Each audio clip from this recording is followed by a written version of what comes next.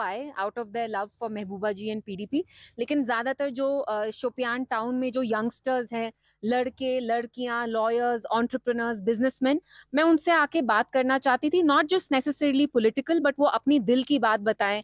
कभी कभी गिले शिकवे होते हैं, यहाँ क्या सिचुएशन है, मैं उनसे समझना चाहती थी कि यहाँ के मसाइल क्या हैं, उनके इश्यूज क्या हैं। तो जो हमारे यहाँ कॉन्स्टिट्यूंसी इंचार्जेस हैं, उनने मेरे लिए प्रोग्राम रखा। समझे जो आने वाले इलेक्शन जो है पार्लियामेंट इलेक्शन एक रणनीति बनाई जा रही है। वो तो आप कह रहे हैं, मैंने तो ऐसा कुछ नहीं कहा।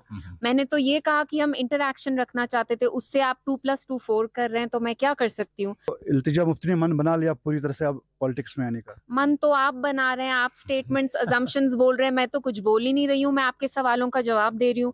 मैं आपसे कह रही हूँ कि 2019 के बाद जो यहाँ दम का एक माहौल बन गया है, जो एक डर यहाँ के लोगों के दिलों में है, खौफ हो गया है, तो मैं यहाँ पे आके जो यहाँ के यंगस्टर्स हैं उनसे मैं बात करना चाहती थी कि कौन से इश्यूज हैं जो उनको अफेक्ट करते हैं आजकल। जैसे अनएम्प्लॉयमेंट है, मुझे यहाँ के यंगस्टर्स ने कहा कि ड्रग्स का बहुत इश्यू है। ओपीडी में every 10 minutes there is one patient, young boy, young girl who is being admitted.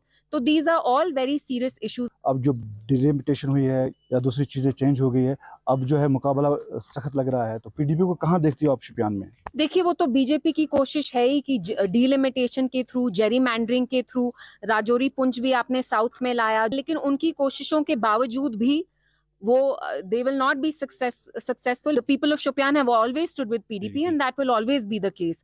ये कॉन्स्टिट्यूंसी काटने वाटने से ज्यादा कुछ हासिल होने नहीं वाला है। होता बदलाव तो 4 साल से हम सेम चीज डिस्कस करते रहते क्या? नॉर्मल सी बदलाव के अलावा आप मेरे से कुछ और पूछते हैं क्या? अगर यहाँ इतना बदलाव आया तो इस पे हर रोज डिस्कशन करने की क्या जरूरत है?